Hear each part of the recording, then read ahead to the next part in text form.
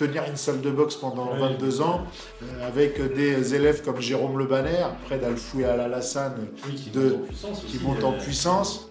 J'ai aussi Édouard Philippe qui met des sacrées droites. Quand je suis à la mairie, je suis un adjoint au maire comme tout le monde. Quand lui, il est à la salle de boxe, c'est un boxeur comme tout le monde. Il y a une phrase qui dit « c'est pas ton fils, c'est le fils de son temps ». Je préfère être un père actif qu'un père inactif. Donc les enfants, moi, ça me motive à rester dans le jeu. Faites-vous du mal, pas au sens où je vais me faire mal, mais allez vers la contrainte. Et plus on va vers la contrainte, plus on se renforce. Bonjour à tous, j'espère que vous allez bien. Bienvenue pour ce nouvel épisode des Artisans de la réussite. Bon, vous allez voir, on a changé un peu la configuration pour cet épisode. J'ai remis les micros sur pied, on a changé de disposition. Donc n'hésitez pas à me dire si ça vous plaît, si ça vous plaît moins. Aujourd'hui, je reçois Majid Nassa qui est adjoint au maire et également directeur d'une association sportive sur Le Havre. Donc on va parler de ce qu'il fait, forcément de sa plus belle réussite, de sa vision des choses, de son état d'esprit. Donc restez bien jusqu'à la fin de l'épisode, c'est très important. Vous pouvez aussi suivre le podcast sur YouTube, bien sûr, mais aussi sur les plateformes de streaming audio, Spotify, Deezer, Apple Podcast et toutes les autres. Il en existe des dizaines. Donc n'hésitez pas à vous abonner, à noter aussi le podcast 5 étoiles, c'est important pour le référencement. Et vous pouvez aussi me retrouver sur tous les réseaux sociaux, Instagram, Facebook, LinkedIn, TikTok. Donc abonnez-vous pour me soutenir. Il y a aussi la cagnotte Tipeee qui est en description. Voilà, pour ceux qui veulent aller plus loin pour me soutenir, n'hésitez pas à faire un petit don et ça pourra m'aider à aller plus vite, plus loin. En tout cas, moi je vous dis à très bientôt pour un nouvel épisode et j'espère que vous allez passer un très bon moment en notre compagnie. Ciao. Let's go. Ça va être parti. Donc moi je me suis préparé une petite question. Parfait. Moi aussi j'en ai une. C'est vrai ? Ouais. C'est vrai ? Pourquoi as-tu voulu m'interviewer ? Je suis toujours surpris, moi, de ça. Voilà. Non, mais c'est vrai qu'on s'est rencontrés il y a 2 ans, 2-3 ans. Ouais. Par rapport à la préparation mentale, je t'avais contacté C'est ça. et je t'ai venu voir à Émergence. Exact. Je t'ai dit, je crois que je n'étais pas forcément intéressé parce que voilà, on avait nos méthodes et autres. Même si j'ai jamais sous-estimé le côté psychologique et préparation mentale. Mais voilà, c'était c'est un échange. C'était ça. Je me rappelle de cette rencontre-là. Ouais. Et après, évidemment, le podcast, c'était la deuxième sollicitation. C'est ça. Mais déjà, en parlant, je me suis rendu compte que tu avais sûrement des choses à dire, sûrement des choses intéressantes à raconter sur le podcast. Et c'est pour ça que je t'ai proposé. Je me suis dit, c'est une bonne personne à faire venir. Puis en plus, tu as accepté. Donc c'est cool. Déjà, je te dis bonjour, Majid. Bonjour. Merci d'être là avec moi sur le podcast. Alors, tu es directeur de l'association Émergence sur Le Havre. Tu as été entraîneur, tu es toujours entraîneur du Jérôme Le Banner. Toujours. Et aussi adjoint au maire de la ville du Havre, dans tout ce qui est égalité et la lutte contre la discrimination. Et citoyenneté. Citoyenneté, égalité, lutte contre la discrimination, voilà l'ordre.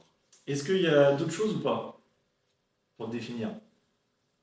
Les autres choses pour me définir, c'est directeur de l'association Émergence, une petite association qui commence à être un peu connue sur Le Havre, dans laquelle on a œuvré sur l'insertion professionnelle, où on a placé des jeunes ou moins jeunes qui avaient besoin d'un petit coup de main par rapport à des codes sociaux pour intégrer la vie active. Donc le sport, ça a toujours été un bon moyen de parler à tous et de parler de règles. Parce qu'au foot, on a beau être le pire des délinquants, quand on est hors jeu, on est hors jeu. Ouais. Et donc, le sport, c'est un bon moyen pour parler de la suite.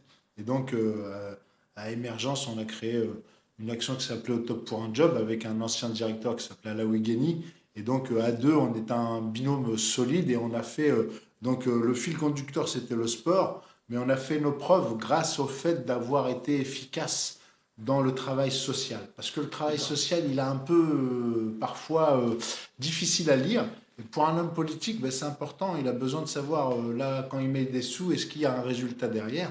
Et quand on a ouvert à Émergence, on a eu envie de prouver l'efficacité sociale par l'éducation, par le sport.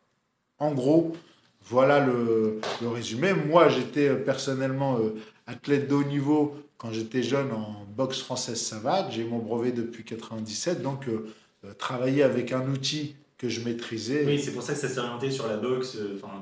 Bien sûr.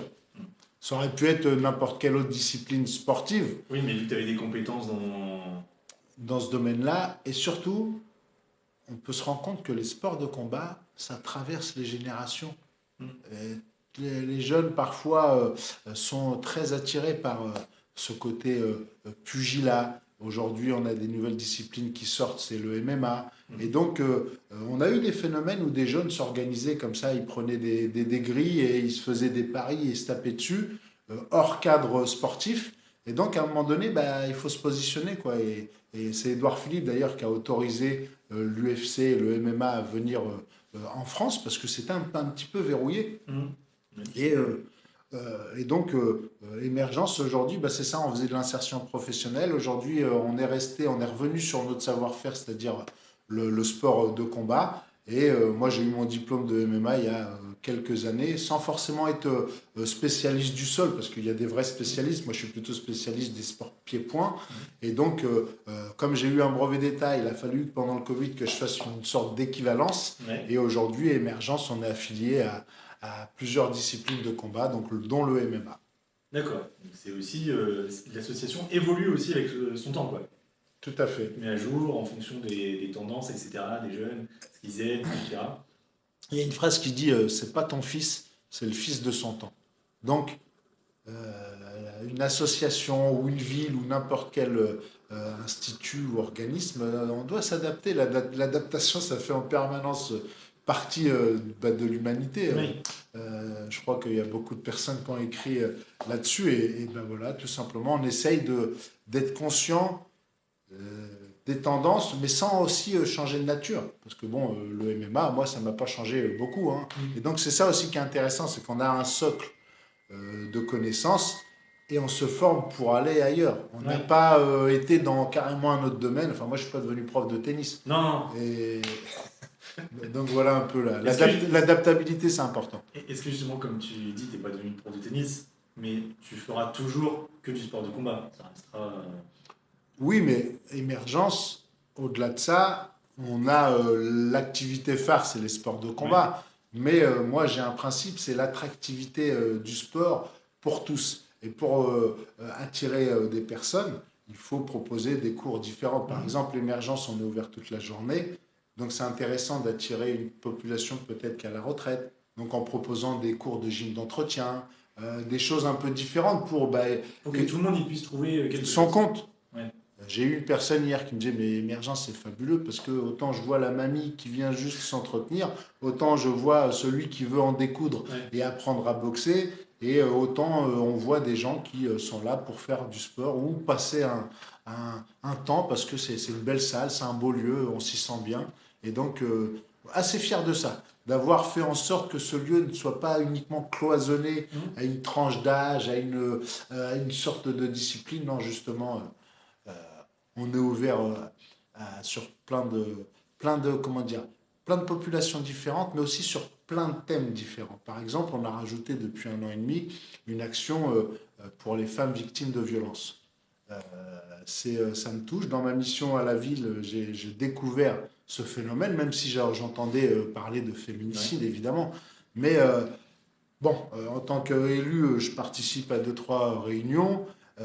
Des réseaux vifs, violences intrafamiliales, des choses comme ça. Et je me suis dit, t'as une salle, il y a une action qu'on peut mettre en place. Et donc, une action qui était au Havre s'est arrêtée. Donc, on m'a demandé, est-ce qu'avec tes compétences, tu peux la récupérer? Et donc, aujourd'hui, très fier d'accueillir les femmes qui ont été victimes de violences, évidemment, avec des assistantes sociales, où on a un temps sport qui dure 1 heure. Et après, on a un temps autour d'une table où les assistantes sociales, les psychologues, parle avec ces femmes qui ont été victimes. Et là, nous, on se recule un peu. Chacun... Il faut laisser la place... chacun faut savoir se laisser la place. Chacun sa compétence. Ouais, c'est clair. Jim, j'ai une question très importante, qui est en rapport direct avec le titre du podcast. C'est quoi ta plus belle réussite? Émergence. Voilà. Évidemment, mes enfants. Parce que, voilà. Mais si on parle de l'aspect professionnel, encore une fois, j'aime beaucoup Émergence parce que ça me fait penser au mot électron libre. Un électron libre, parfois, c'est pas quelque chose de négatif. J'entendais un pilote de chasse une fois qui disait qu'un électron libre, il était un peu comme ça, il disait, moi, dans la théorie, on m'a dit que l'avion ne pouvait pas cabrer comme ça, il ne pouvait pas faire ci, il ne pouvait pas faire ça. Ben moi, je ne respectais pas trop et je dépassais un peu la limite. Donc, il se considérait comme un électron libre. Ben, en gros, par son comportement, il prouvait que l'avion était en pratique beaucoup plus performant que la théorie le disait.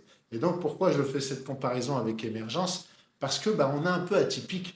Euh, on a sollicité, nous, à la ville du Havre, à l'époque, c'était Antoine Ruffnac et son conseil municipal qui nous a permis d'obtenir cette salle.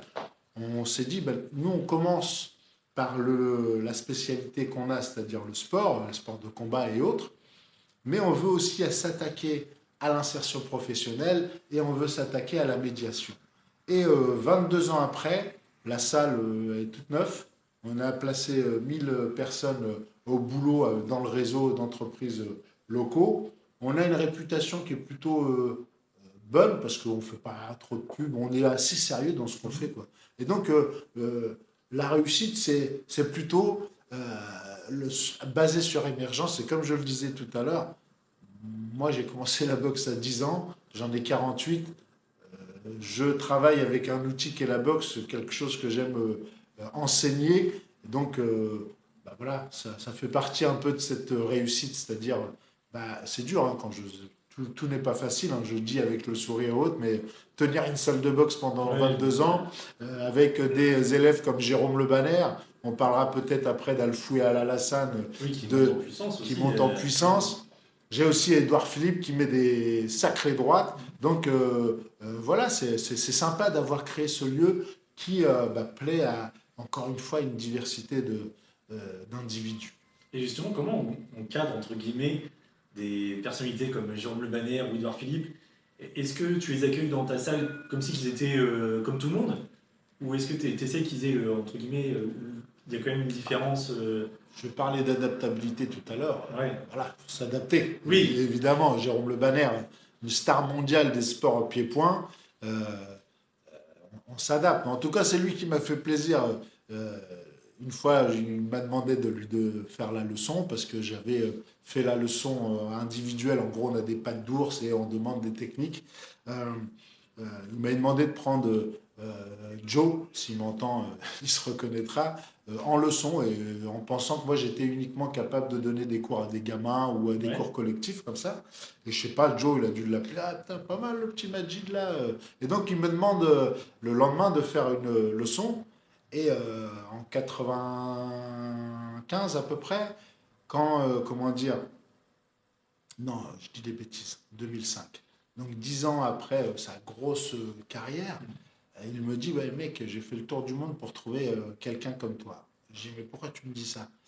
Et en gros, il dit, mais tu te rends pas compte, mais pendant toute la séance, tu me disais, lève ton coude, mets ta hanche, plein de détails techniques qui fait que quand on est athlète de haut niveau, on a besoin de ces petits détails pour continuer à progresser. Ouais. Et ce que j'ai fait naturellement avec Jérôme, sans me rendre compte que, au final, à chaque fois qu'il allait dans des clubs en Thaïlande, au Japon, bah, on voyait le senior arriver, Jérôme Ah oui, donc les Banner. gens n'osaient pas Donc, forcément dire. voilà, il tapait, bam, bam, bam, bam, Ouais. mais il n'y avait pas le côté technique. Oui, personne cherchait peut-être à dire quelque chose ou avait peur de. C'est ça. Et en savate, boxe française, c'est ma vraie discipline de prédilection. On est très, comment dire, très technique. Et évidemment, après, il faut aller vers d'autres disciplines. Le kickboxing, c'est un peu plus dur, mais c'est un peu moins technique. Enfin, pas moins technique, mais moins exigeante techniquement. Voilà un peu, comment dire, l'adaptabilité qu'on peut avoir face à ces personnages-là. Édouard Philippe, lui, on m'a posé une fois une question. Je dis, ben moi, quand je suis un adjoint, quand je suis à la mairie, je suis un adjoint au maire comme tout le monde. Mais quand lui, il est à la salle de boxe, c'est un boxeur comme tout le monde. Ouais. Donc, Vous échangez un peu les rôles. Ben, bien sûr, C'est toi le bien sûr. patron et c'est. C'est ça. Et Il accepte. il accepte. Et ça fait 10 ans maintenant, c'est ce qu'on se disait il n'y a pas longtemps, 10 ans que je coach Édouard Philippe et Ouais, c'est quand même. il a progressé énormément. Ouais. Donc voilà un peu la puissance d'émergence. C'est le pirate, la mamie, le champion, un homme politique qui est devenu Premier ministre mais qui n'a pas arrêté de boxer pendant cette période et qui a continué par la suite. Avant de reprendre la suite de l'épisode, je vous rappelle que c'est important de vous abonner à la chaîne YouTube, aux différents comptes Les Artisans de la Réussite sur les réseaux sociaux et de noter le podcast sur votre plateforme de streaming audio préférée. Comme vous avez pu le constater, j'ai eu un petit souci avec mon micro pour cet épisode, mais vous inquiétez pas, ça sera réglé pour les prochains. Sur ce, j'espère que vous passez un très bon moment et je vous laisse avec la suite de l'épisode. Et puis voilà, assez fier de ça. Et juste avant, du coup, tu m'as dit ta réussite, c'était aussi tes enfants, tes persos. Qu'est-ce que ça t'apporte le fait d'être père? Comment dire, ça m'apporte l'envie de continuer à travailler. En gros, il y a les gosses qui nous regardent. Euh, je préfère être un père actif qu'un père inactif. Les enfants, moi, ça me motive à rester dans le jeu. On disait tout à l'heure, c'est pas ton fils, c'est le fils de ton temps. Si moi, je suis déconnecté de la période dans laquelle on vit, il faut continuer à progresser intellectuellement. Les réseaux sociaux, tout ce qui s'y passe, là, il faut s'y intéresser. L'intelligence artificielle, faut pas que ma fille me dise papa, voilà la dissertation que j'ai fait, alors que c'est ChatGPT qui a fait ça. Enfin, c'est. Tu veux être à la page, tu veux comprendre Ouais, ce qui se passe aussi de leur côté. bien sûr. Physiquement, j'ai envie d'être aussi présent pour mes enfants. Donc, la notion de santé, le sport, c'est super important. Moi, j'incite tout le monde à pratiquer du sport. Jérôme il me dit, le banner, il me dit, le sport, c'est tous les jours un petit peu. Comme le disent beaucoup de docteurs. Ouais, c'est vrai. Lui, quand il dit tous les jours un petit peu, c'est. Enfin bref. C'est un petit peu beaucoup. Voilà, mais en vérité, c'est ça. On a une machine qui est le corps humain. Si on ne bouge pas, si on l'alimente mal, il va se gripper et il va déconner. Mais si on a l'énergie et l'envie de bouger, on recule l'accès aux médecins. Puis bon, aujourd'hui, voilà, en bref. Majid, je fais une petite pause question particulière. En fait, je demande toujours aux invités de poser une question à l'invité prochain, sans savoir qui c'est. Ok. Donc là, le précédent invité te pose une question. Et la question, c'est qu'est-ce qui compte le plus pour toi dans ta vie professionnelle? Le côté humain. Je suis directeur d'émergence, mais je ne suis pas le directeur derrière mon ordinateur à chercher les financements partout. Ce qui m'intéresse, moi, c'est que la salle, elle tourne bien, c'est qu'il y ait toujours ces vibrations positives, et puis de faire en sorte de trouver le budget qui permet de faire vivre tout ça. En chercher trop, je vais être un peu moins heureux parce que je vais être un peu plus dans les papiers. Donc voilà, il faut trouver l'équilibre qui fait que on continue à faire ce qu'on aime, on continue à accueillir les gens avec le sourire, puis voilà. Donc c'est le cas pour toi, tu es heureux dans ce que tu fais aujourd'hui. Ouais, tout à fait. Alors Majid, maintenant ça va être à ton tour de poser une question au prochain invité. Il faut juste regarder la caméra qui est ici Ok. Et poser n'importe quelle question. N'importe quelle question. Sans savoir qui ça va être. C'est compliqué de poser une question comme ça. Si tu dois faire une interview avec quelqu'un, je sais pas, dans n'importe quel domaine, qu'est-ce que tu peux poser comme question comme invité? Je poserai comme question si cette personne fait attention à si elle est responsable d'une entreprise. Je poserai la question de la relation humaine. Quel est le lien que cette personne a avec les employés? Parce que je trouve que plus on est bienveillant face à ses salariés, plus ils le rendent à l'entreprise. Donc voilà, c'est une des questions moi, qui m'intéressent sur l'aspect comment on manage l'humain. Est-ce qu'on est le leader qui montre l'exemple et qui accompagne ses équipes, ou on est le donneur d'ordre qui va faire une partie de golf et ne calcule pas par la suite ce qui se passe. Donc moi, l'aspect humain, le côté humain, être ensemble, même si chacun a des rôles différents, très important pour moi. Justement, on en a parlé dans le précédent invité, avec le précédent invité, je ne savais pas qui c'est, tu pourras peut-être le découvrir, mais justement, on en a parlé de ça, justement, c'est quelqu'un qui est dans une entreprise et parler de la relation avec les uns les autres et que c'était important d'être soi-même et que tout le monde se sente bien pour se pousser, en gros, tout le monde vers le haut. Voilà. C'est vraiment très important. C'est quoi tes valeurs?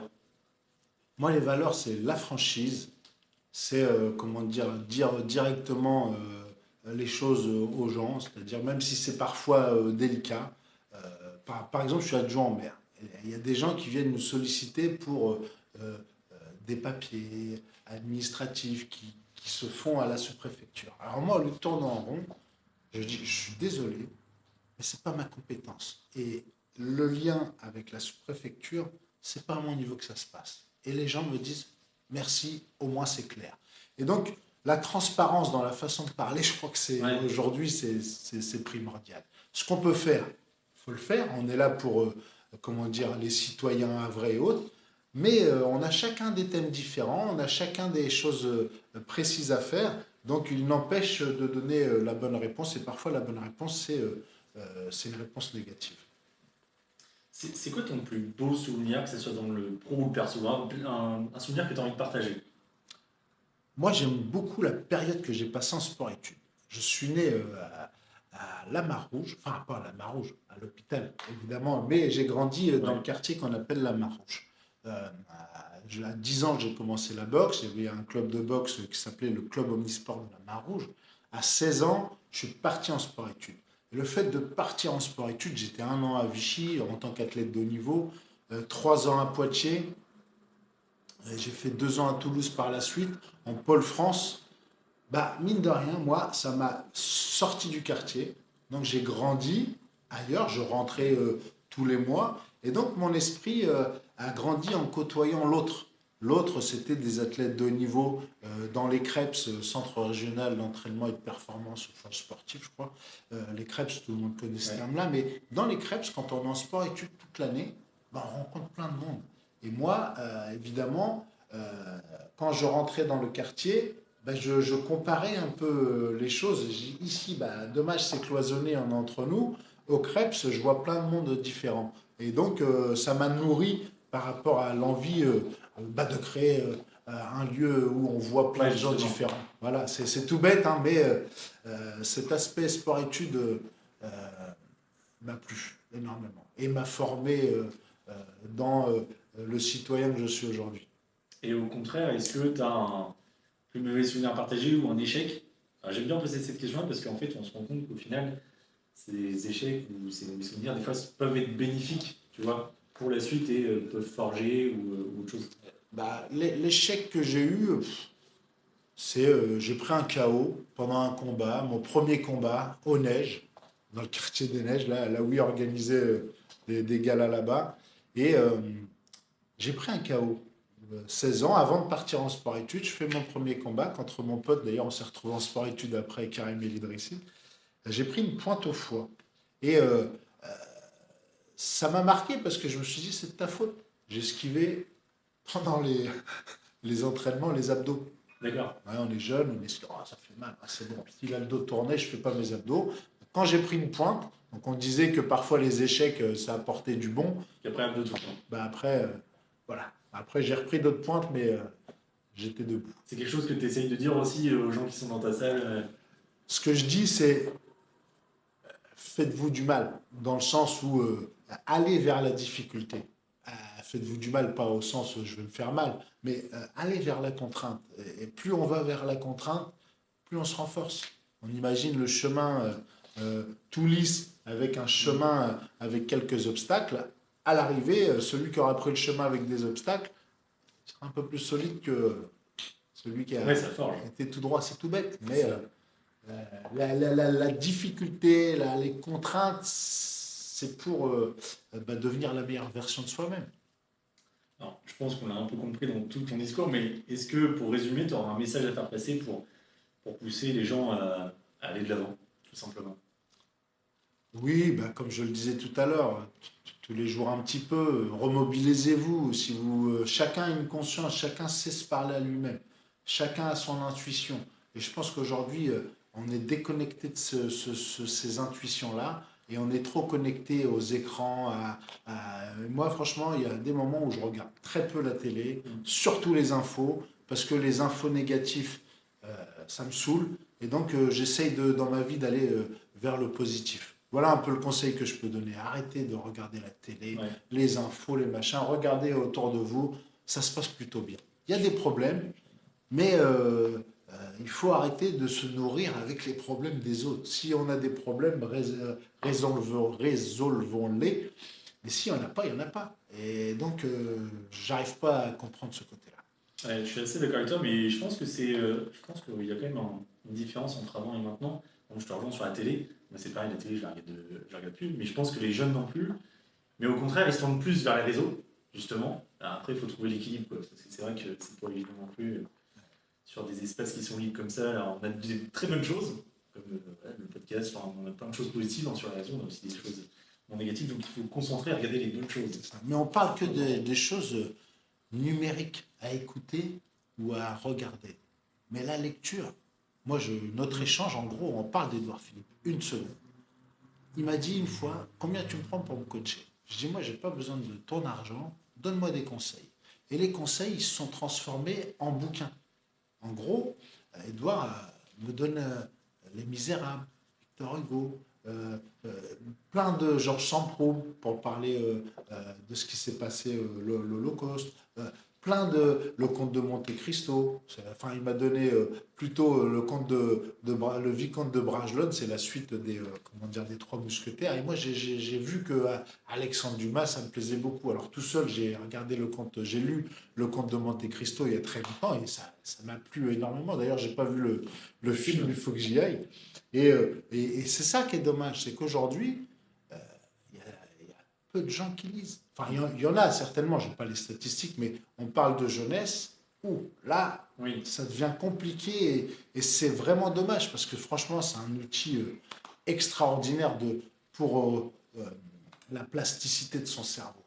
C'est dur, on a l'impression de faire des pompes avec son cerveau comme on lit. C'est ce que j'avais dit à Édouard Philippe quand il m'avait donné un livre d'Hervé Guémard. Bonheur, je me rappelle, Bonheur et grandeur de la France. En gros, il y a une dizaine de dates comme ça. Il parlait de la fête de la Fédération, 1790, plein d'autres, je ne me rappelle plus exactement, mais là, le niveau d'écriture d'Hervé Guémard, j'ai eu l'impression de ramer. Et donc, c'est ça qui est dommage. C'est qu'on parle des écrans, du numérique, les réseaux sociaux, et il faut inciter les jeunes à lire. À lire plus. À lire plus. En plus, on a des espaces sur toi, les meilleurs. C'est extraordinaire. Un endroit où on peut se poser, pour lire. Alors moi, juste pour finir, pour la lecture, je triche parce que parfois, je passe d'un roman à une BD. Ça me permet de faire une pause. J'aime bien les BD aussi. Ça se lit pas pareil. Ça se lit pas pareil. Ça permet de faire une pause intellectuelle. Enfin, c'est vrai que ça fait beaucoup réfléchir de lire. C'est ça. Mais c'est une bonne accroche aussi. On apprend beaucoup de choses parfois avec les BD. Il y a des très bonnes BD. Oui. On arrive à la fin de l'épisode. Majid, est-ce que tu as un dernier mot de ton côté? Non, bonne continuation. Merci. Est-ce que tu pourrais conseiller le podcast justement aux gens que tu croises pour leur dire... Je le ferai volontiers parce qu'en plus, celui qui interview est très sympa. Merci. Donc, au-delà de ça, puis les artisans de la réussite, on se rend compte que chacun peut être l'artisan de sa réussite. Et le titre est bienvenu parce que faut pas compter sur les autres, faut compter sur soi-même. Et moi, c'est le message que j'essaye de montrer à mes enfants. Et au-delà de ça, aux adhérents de la salle, à commencer par les 2 champions que j'ai formés. En gros, les gars, c'est vous la suite. Donc, au boulot. Et chacun peut être l'artisan de sa réussite. Oui, on pourrait terminer aussi sur les frères Alassane, du coup. Alfou et Alassane Camara. Alfou, il est devenu champion du monde en janvier 2024 de boxe française, ma discipline. Donc, en tant que coach, je suis assez ravi. Il a son frère Alassane, qui est pareil, qui est très performant, mais qui n'a pas pu participer au championnat du monde. Et donc, c'est la relève que je forme pour prendre un jour la suite d'Émergence, mais aussi mon fils qui est là depuis 3 ans et qui va être la nouvelle recrue en début octobre à Émergence. Il était chauffeur de bus et en parallèle il donnait des cours de boxe et donc à 3, ils ont 25 ans. Ça va être la nouvelle génération de coachs, évidemment avec des principes de leur temps. Ouais. Voilà. Bon super, merci Majid d'être venu sur le podcast. Merci à vous d'avoir écouté, d'avoir regardé le podcast. Et moi je vous dis à très bientôt pour un nouvel épisode des Artisans de la réussite. Et n'oubliez pas, nous avons chacun notre propre vision de celle-ci.